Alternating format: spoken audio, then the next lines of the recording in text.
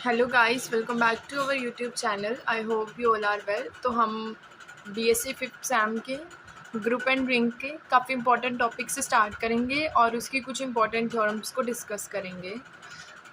Order of a finite, order of an element of a group, इसको हम discuss कर रहे हैं कि कोई किसी भी एलिमेंट का मैं ऑर्डर निकालूँ उस ग्रुप के। जी डॉट कोई भी ग्रुप है, उसके अंदर एक आइडेंटिटी एलिमेंट एग्जिस्ट करेगा जिसका क्या नाम होगा, ई। फॉर ए बिलोंग्स टू जी, ए कोई भी आर्बिट्री एलिमेंट है उस ग्रुप जी का, उसके लिए एक पॉजिटिव इंटीजर एग्जिस्ट करेगा जिसका क्या नाम होगा, एम। अगर मैं उसकी पावर करूँ ग्रुप के एलिमेंट के साथ, उस पॉजिटिव इंटीजर की ग्रुप के एलिमेंट के साथ पावर करूँ, वो हमेशा आइडेंटिटी के इक्वल आएगा। तो जो एम होगा वो उस ग्रुप का क्या कहलाएगा, ऑर्डर। तो ऑर्डर ऑफ ए एम के इक्वल होगा, मतलब ऑर्डर ऑफ ए एम के इक्वल है। एक पॉजिटिव इंटीजर लिया था एम, एक कोई भी आर्बिट्री एलिमेंट था ग्रुप का। जब मैंने आर्बिट्री एलिमेंट का ऑर्डर किया वो एम पॉजिटिव इंटीजर के इक्वल आया। और अगर मैं उस आर्बिट्री एलिमेंट की पावर लेके चलूँ कोई पॉजिटिव इंटीजर के लिए, वो आइडेंटिटी के इक्वल आनी चाहिए। तो वो मेरा क्या कहलाएगा, order of an element of a group.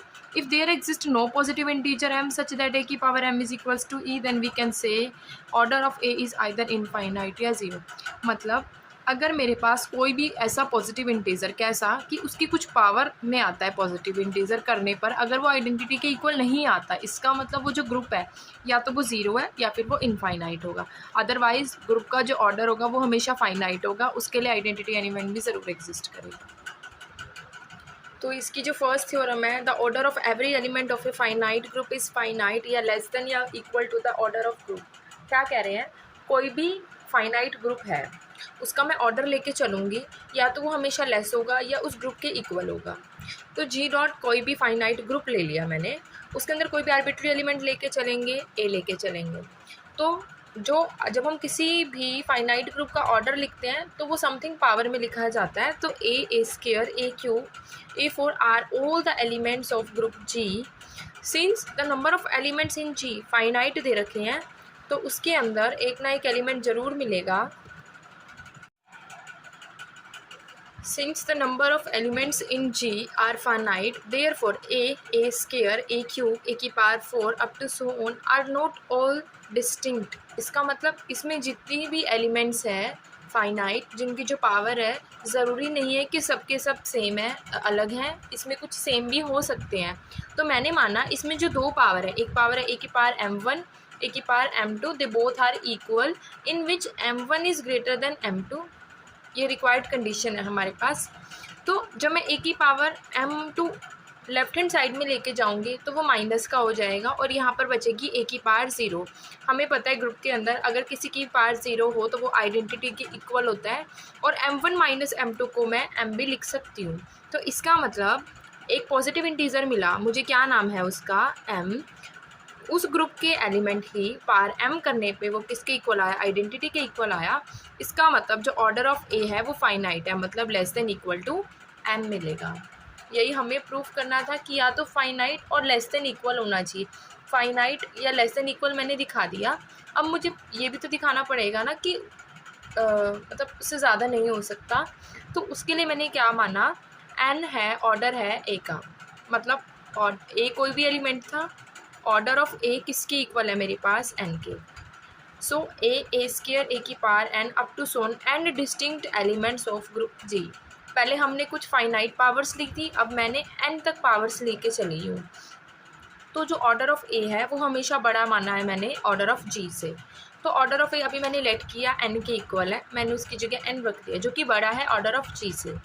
The number of elements in G less than n, number of elements है जी के अंदर वो हमेशा n से कम ही रहेगा। मतलब जो ग्रुप का ऑर्डर है वो कभी भी मतलब एलिमेंट से बड़ा, मतलब एलिमेंट्स बड़े नहीं हो सकते ग्रुप के ऑर्डर से। तो ये कॉन्ट्राडिक्शन आ गई, कैसे कि जो ऑर्डर है ग्रुप का वो लेस या फाइनाइट रहेगा एंड डिस्टिंक्ट एलिमेंट्स ऑफ जी के लिए। तो सपोजिशन रॉन्ग हो जाएगी। तो ऑर्डर ऑफ ए हमेशा लेस रहेगा ऑर्डर ऑफ जी से, मतलब ग्रुप का जो ऑर्डर है वो एलिमेंट के ऑर्डर से कभी भी छोटा नहीं हो सकता। ग्रुप का ऑर्डर हमेशा बड़ा रहेगा और एलिमेंट का ऑर्डर हमेशा छोटा रहेगा।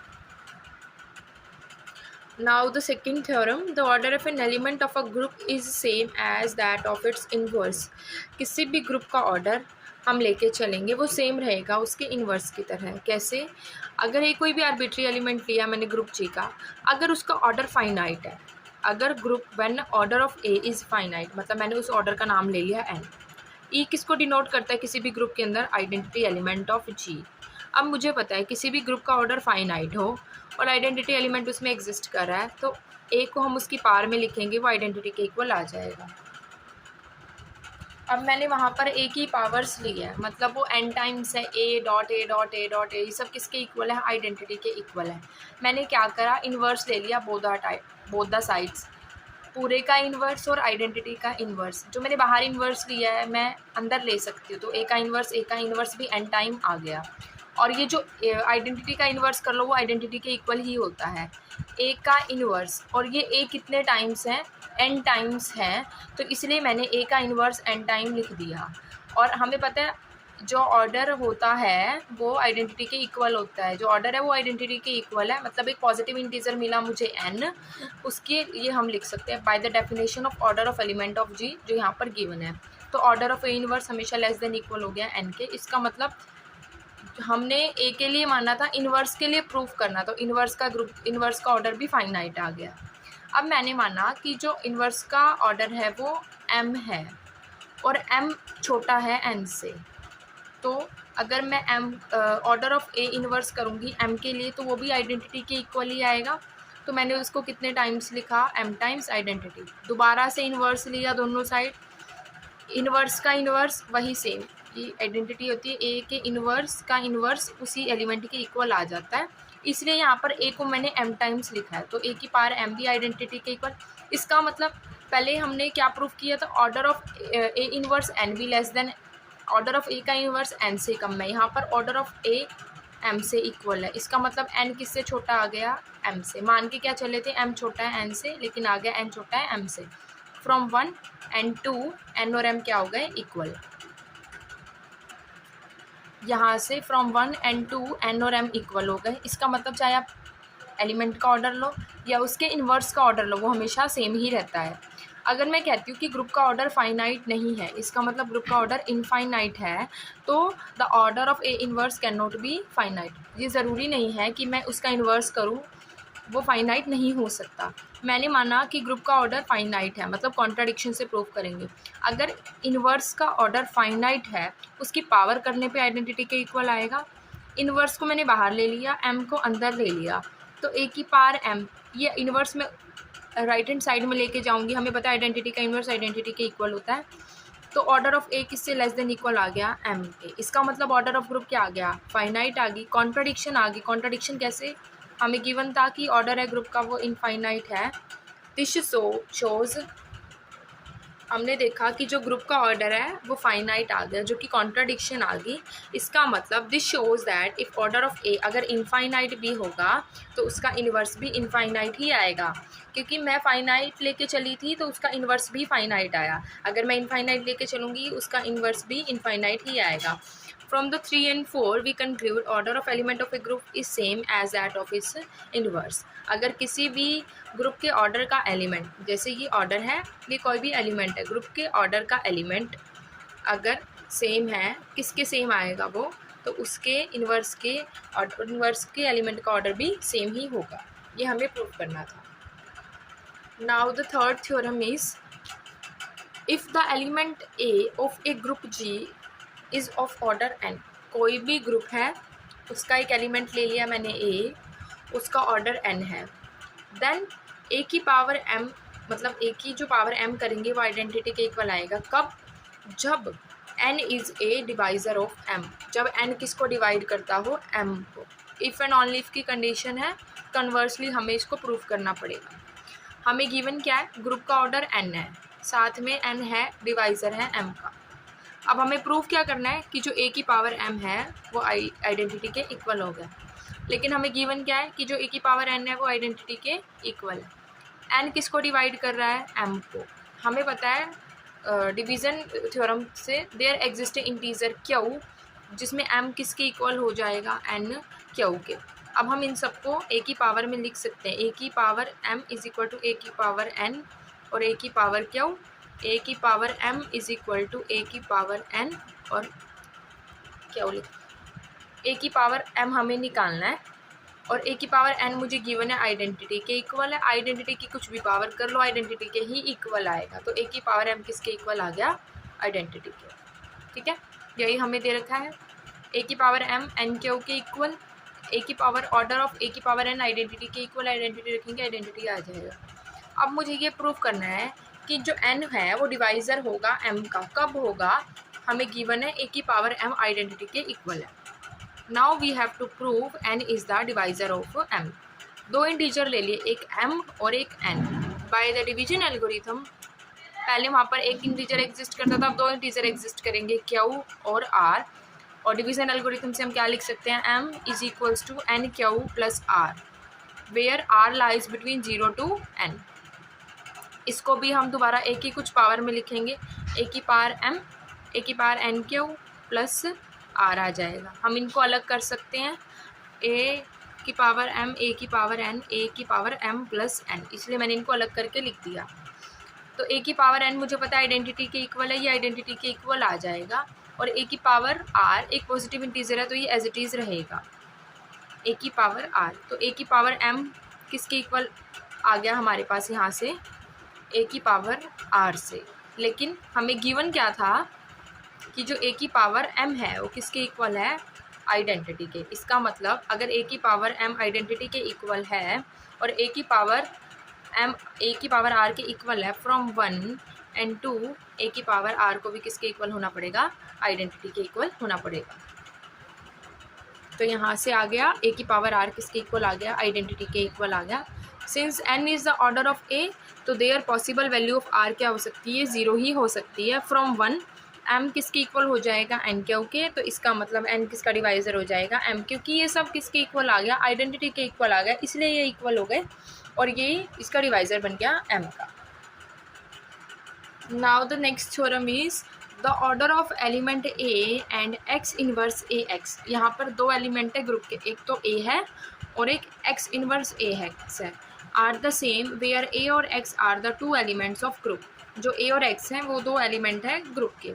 सबसे पहला केस लेके चलेंगे कि जो ये दोनों एलिमेंट्स दे रखे हैं, एक तो a दे रखा है और एक x इनवर्स ए एक्स दे रखा है, इन दोनों ग्रुप का ऑर्डर है वो फाइनाइट है, लेकिन मैं अलग अलग मान रही हूँ। एक तो a का ग्रुप ऑर्डर है वो n है और x इनवर्स ए एक्स का ऑर्डर है m है। क्या बताया मैंने कि जो a का ऑर्डर है वो n है और जो x इनवर्स ए एक्स है इसका ऑर्डर m है। मैं क्या करती हूँ, x इनवर्स ए एक्स का स्केयर कर देती हूँ। नेक्स्ट स्टेप में स्केयर करने का मतलब है कि मैं इनको दो बार लिख सकती हूँ, x inverse a x, x inverse a x. तो हमने वहाँ पर दो पावर ली थी, दोनों को स्प्लिट कर लिया था। अब हम क्या कर रहे हैं, दोनों ब्रैकेट्स को कंबाइन करके सॉल्व करेंगे। तो जो मैंने x इनवर्स है, हमें पता है ग्रुप x और x का इन्वर्स, मतलब दोनों जब सेम होते हैं, एक खुद और एक उसका इन्वर्स लेके चलता है, वो आइडेंटिटी के इक्वल आता है। तो जो ये ब्रैकेट है यहाँ पर, ये आइडेंटिटी के इक्वल आ गई। तो यहाँ पर क्या बचा, x इनवर्स ए ई ए एक्स। और मैंने यहाँ पर ए को और आइडेंटिटी को इकट्ठा कर लिया। ए और आइडेंटिटी किसके इक्वल आएगा, ए के इक्वल आएगा। तो यहाँ पर ए और ए का तो क्या बन गया, ए का स्केयर एक्स। तो ओवरऑल क्या बचा, x inverse a square x. Same अगर मैं करूँ एक्स इनवर्स ए एक्स का क्यूब, तो मेरे पास क्या बनेगा, x inverse a cube x. Up to so on proceed करेंगे, एक्स इनवर्स ए एक्स की एन निकाल लेंगे तो ऐसे अलग हो जाएगा।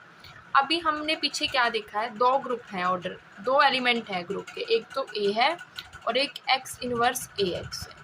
इसका जो ऑर्डर है वो किसके इक्वल है, एन के। इसका जो ऑर्डर है वो किसके इक्वल है, एम के। तो यहाँ पर जो ए की पावर एन बना वो किसके इक्वल आ जाएगा, किसी भी ग्रुप का ऑर्डर के लिए पॉजिटिव इंटीजर मिलता है तो वो आइडेंटिटी के इक्वल हो जाता है। एक्स इनवर्स आइडेंटिटी एक्स, ई की एक्स के साथ करेंगे तो किसके इक्वल आएगा, एक्स के। तो मेरे पास ओवरऑल किसके इक्वल आ गया, आइडेंटिटी के। तो order of x inverse a x या एन के इक्वल आ गया। उससे कम हो सकता है या उसके इक्वल हो सकता है, जो हमने फर्स्ट थ्योरम पढ़ी थी उसके अकॉर्डिंग। तो ये हमेशा लेस होगा या इक्वल होगा एन से। और मैंने माना कि जो ये एन है वो किससे लेस है, m is less than equal to n है। हमें दे क्या रखा था कि जो एक्स इनवर्स ए एक्स है वो किसके इक्वल है, एम के इक्वल है। तो जब मैं यहाँ से ऑर्डर हटाऊँगी तो ये m है इस एलिमेंट की पावर में लिखा जाएगा और ये आइडेंटिटी के इक्वल आ जाएगा। फिर मैंने इनको ओपन किया, x इनवर्स a की पावर m x जो किसके इक्वल आ गया, आइडेंटिटी के इक्वल आ गया। अब मुझे बताया आइडेंटिटी कैसे बना था। मैं यहाँ पर क्या करती हूँ, प्री मल्टीप्लाई कर देती हूँ x के साथ और पोस्ट मल्टीप्लाई कर देती हूँ x इनवर्स के साथ। यहाँ पर मैंने प्री मल्टीप्लाई करा किसके साथ, x के साथ, x का इनवर्स a की पावर m x और आइडेंटिटी को क्या लिखा, x इनवर्स x का इन्वर्स करोगे किसके इक्वल आ जाएगा, आइडेंटिटी के। तो यहाँ पर क्या बचा, a की पावर m x और यहाँ पर बचा x, a की पावर m x के साथ अगर मैं आइडेंटिटी को लिखूँ तो कोई फ़र्क नहीं पड़ता है। From the left cancellation law and by the right cancellation law, यहाँ पर क्या बचेगी मेरे पास, लेफ़्ट कैंसलेशन ला करा तो मेरा x इन्वर्स कैंसिल हो गया, सॉरी यहाँ से x इन्वर्स चला गया था, और राइट कैंसलेशन ला करा तो मेरा यहाँ से ये x चला गया। तो मेरे पास क्या बचा यहाँ पर, सिर्फ आइडेंटिटी। तो ऑर्डर ऑफ ए किससे लेस आ गया, m से। इसका मतलब इसका ऑर्डर क्या था, m था, और ये m से लेस भी है और इसके इक्वल भी है। फ्रॉम 1 एंड 2, m किससे लेस है, n से, और n किससे लेस आ गया, m से। इसका मतलब ये दोनों आपस में क्या है, इक्वल है। मतलब दोनों का ऑर्डर हमें इक्वल दिखाना था, किसका, a का और x इनवर्स ax का, तो ये दोनों इक्वल आ गए। अब सेकंड मुझे क्या दे रखा है, when the order of a group is infinite. अब इसके लिए ऑर्डर इनफाइनाइट है, किसके लिए, a के लिए। सपोज़ इसका जो ऑर्डर है वो फाइनाइट ही रहेगा, उसका नाम है m। ऑर्डर दे रखा है, पॉजिटिव पावर एग्जिस्ट करेगी, आइडेंटिटी के इक्वल होगा। जब मैंने इसको ओपन किया आइडेंटिटी के इक्वल है। Now I had pre multiplied by x and post multiplied by x inverse, we have, इसी इक्वेशन को मैंने प्री मल्टीप्लाई किया x के साथ, पोस्ट मल्टीप्लाई किया x के इन्वर्स के साथ। मुझे पता है x का इन्वर्स आइडेंटिटी, यहाँ पर भी x का इन्वर्स है आइडेंटिटी। आइडेंटिटी के साथ कुछ भी मल्टीप्लाई करो एलिमेंट खुद आता है, और यहाँ पर भी आइडेंटिटी के साथ मल्टीप्लाई करा, x का इन्वर्स आइडेंटिटी के इक्वल होगा, तो यहाँ पर क्या आया, e आ गया। तो इसका मतलब इसका ऑर्डर कैसा आ गया, फाइनाइट। लेकिन मैंने a का ऑर्डर कैसा मानना था, इनफाइनाइट। ये क्या आ गई, कॉन्ट्राडिक्शन, सपोजिशन इज रॉन्ग। इसका मतलब जो x इनवर्स ax था इसका ऑर्डर मैंने फाइनाइट मानना था m, लेकिन इसका ऑर्डर एक्चुअल में क्या है, इनफाइनाइट है। Hence they are the same order when they are finite और इनफाइनाइट। अब हमारे पास इसका एक काफ़ी इंपॉर्टेंट एग्जाम्पल है। g डॉट एक ग्रुप है, a b दो एलिमेंट ले लिए ग्रुप g के, then the order of a b ले लो या बी ए ले लो, सेम आएगा। टू प्रूफ में क्या आएगा हमारे पास कि जो ए बी है और जो बी है इन दोनों का ऑर्डर क्या रहेगा, हमारे पास सेम रहेगा। As a and b are two element ले लिए मैंने ग्रुप जी के। ग्रुप की प्रॉपर्टी होती है multiplication, under closure under multiplication भी जाता है, तो ए और बी किसके अंदर चले गए, जी के अंदर। अब इन्होंने बोला, अभी हमने प्रीवियस थ्योरम में प्रूफ किया था क्या, a and a inverse x inverse a x, इन दोनों का जो ऑर्डर होता है वो सेम होता है। तो मैंने यहाँ पर ए की जगह क्या ले लिया, a b x are same order where x belongs to जी।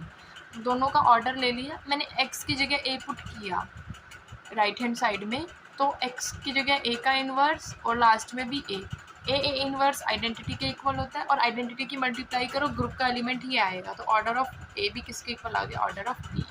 अगर एग्ज़ाम में मतलब कंपल्सरी में आता है तो इतना ही प्रूफ करना है, लेकिन अगर लेंथी आता है 8 मार्क्स में आता है तो आपको मतलब पूरा ही कंप्लीट करना पड़ेगा विद थ्योरम जो प्रीवियस हमने प्रूफ करी है, तभी हम ये बता सकते हैं। Thank you friends, I hope कि आपको समझ आया होगा। किसी भी स्टूडेंट को वीडियो में क्वेरी हो या कोई पॉइंट ना समझ में आए तो कमेंट करें। Thank you and have a good day.